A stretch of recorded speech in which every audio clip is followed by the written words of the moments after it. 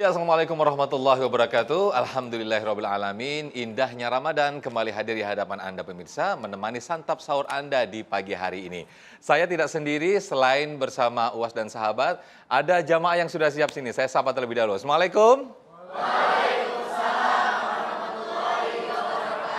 Waduh, ini seger-seger nih Uwas. Ijo-ijo semuanya. Dari mahasiswa mana nih? Universitas mana? Oke, nanti kita akan berbincang-bincang bersama Uwas menemani santap sahur pemirsa ya di TV One ya. Nah, pemirsa, ada sering kita mendapatkan sebuah kesulitan di dalam kehidupan kita. Kadang kalau kita menerima sebuah keindahan, kebaikan itu mungkin sudah biasa. Namun bagaimanakah ketika kita mendapatkan kesulitan yang itu justru melatih rasa ikhlas. Nah, materi ini akan dibahas sepenuhnya, akan dipertajam sepenuhnya bersama Uwas dan juga sahabat. Yang pertama saya akan menyapa dulu Uwas. Assalamualaikum Uwas, sehat? Waalaikumsalam warahmatullahi wabarakatuh, Ustaz Sofyan. Sering kita mendapati kesulitan dalam hidup ini. Ya. Yang orang bilang itu justru melatih keikhlasan. Tapi kesulitan terus lama-lama jadi susah nih untuk ikhlas. Fadhal Ustaz. Bismillahirrahmanirrahim. Assalamualaikum warahmatullahi wabarakatuh. Waalaikumsalam warahmatullahi wabarakatuh. Alhamdulillah wassalatu wassalamu ala Rasulillah wa ala alihi wa sahbihi wa man tabi'ahu wa mawala. Ustaz Sofyan, adik-adik mahasiswa mahasiswi yang ada di studio, jamaah indahnya Ramadan, TV One dimanapun berada, mudah-mudahan kita senantiasa diberikan Allah Subhanahu Wa Taala istiqamah iman dan Islam. Amin. Amin ya rabbal alamin. Saya sebelum berangkat ke Mesir tahun 1998, kami pelatihan bahasa Arab di Jakarta selama 2 bulan. Jadi yang kebetulan rumahnya Jabodetabek, pas hari Ahad libur mereka pulang. Jadi kami yang jauh dari Sumatera, Kalimantan, Sulawesi nggak pulang. Jadi libur kami jalan keliling Jakarta. Lalu kemudian nggak tahu mau jalan kemana. Jadi kita kemana, kata teman saya, yang penting kita naik Metro Mini, nanti mana gedung tinggi kita berhenti. Berhenti, kami pun naik ke atas. Naik ke atas, tiba-tiba teman saya yang satu ini hilang, mana dia? Kami mundur lagi ke belakang, kami lihat dia sedang duduk. Kenapa ente duduk di sini? Lihat dulu, kata dia.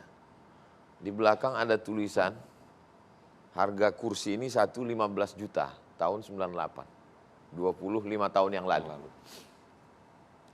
Ini kursi jati, kata dia. Terus ngapain ente duduk di sini? Ya paling enggak seumur hidup pernah duduk di kursi 15 juta. Orang hanya tahu hasil akhirnya. Bahwa ini kursi jati mahal tinggal di gedung tinggi di Jakarta. Orang tidak pernah tahu kursi ini datang dari mana.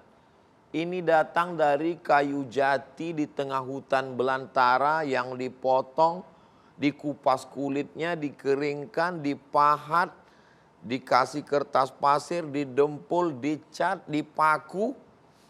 Proses itu orang tidak pernah mau tahu. Tapi setelah jadi semuanya. Jadi memang maka kadang-kadang ada orang mengatakan, saya enggak terlalu penting hasilnya Pak Ustadz, yang penting prosesnya. Ada orang yang menikmati proses itu. Saya yakin dan percaya adik-adik, mahasiswa, mahasiswi sedang berada di proses itu. Dengan berbagai macam kesakitan, penderitaan, keluh kesah. Tapi nanti sampai akhirnya itu yang paling indah diceritakan. Kalau adem, ayem, nyaman, tentram, itu bukan sesuatu. Cobalah lihat film-film itu. Apanya yang menarik? Yang menarik itu adalah suka dukanya itu. Bagaimana sakitnya Zainuddin ditinggalkan Hayati. Ngikutin juga nih Ustaz. Iya. Jadi kalau kita lihat apa kata Allah SWT, khalaqnal insana fi kabad.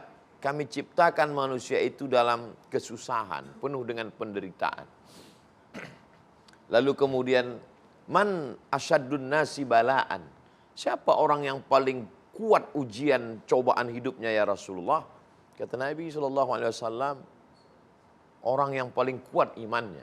Al-anbiya, summal amsal fal amsal. Maka kalau kita lihat nabi-nabi itu, ada yang ditelan oleh ikan. Nabi apa itu? La ilaha illa anta subhanaka inni kuntu minaz zalimin. Ada yang kemudian mesti menyembelih anaknya. Nabi Ibrahim alaihi salam 86 tahun kata Imam Ibnu Katsir. Rabbi habli minas sholihin, Rabbi habli minas sholihin. Lahir anak. Umur 86 tahun baru punya anak. Bayangkan itu. Bagaimana seorang perempuan lama tidak punya anak, namanya Hannah. Sampai-sampai dia bernazar, inni nazartu laka ma fi batni muharrara. Kalau nanti aku punya anak, yang ada dalam rahimku ini akan aku jadikan muharrar. Dalam tafsir makna muharrar khalisan li khidmati baitil maqdis. Dia tidak akan jadi apapun, dia hanya akan menjadi pelayan rumah suci. Falamma wada'atha qalat rabbi inni wada'tuha unsa. Setelah anak itu lahir ternyata anak itu perempuan. Sedangkan saat itu yang jadi pelayan rumah suci hanya laki-laki. Inni sammaituha Maryam. Aku beri nama anak itu Maryam. Akhirnya Maryam remaja, tinggal di mihrab, tidak kenal dengan laki-laki. Ujian itu datang.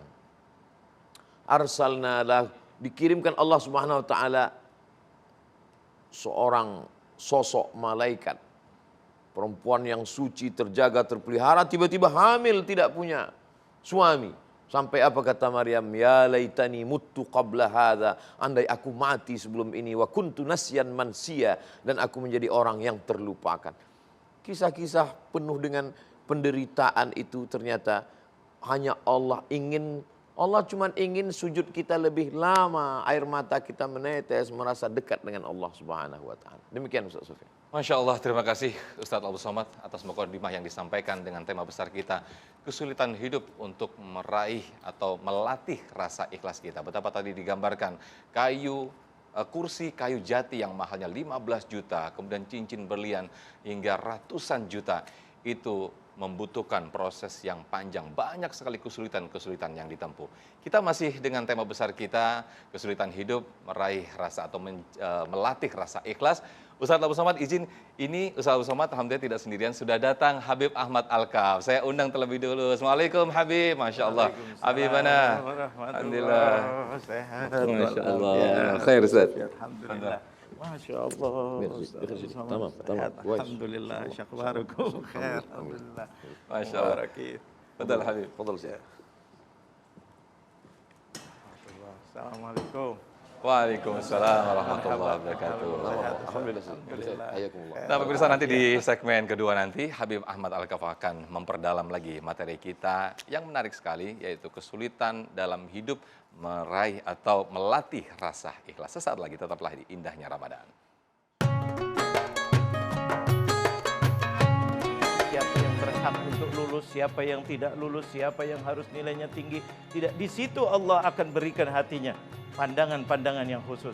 Tapi dengan syarat harus ridho dengan ketentuan Allah.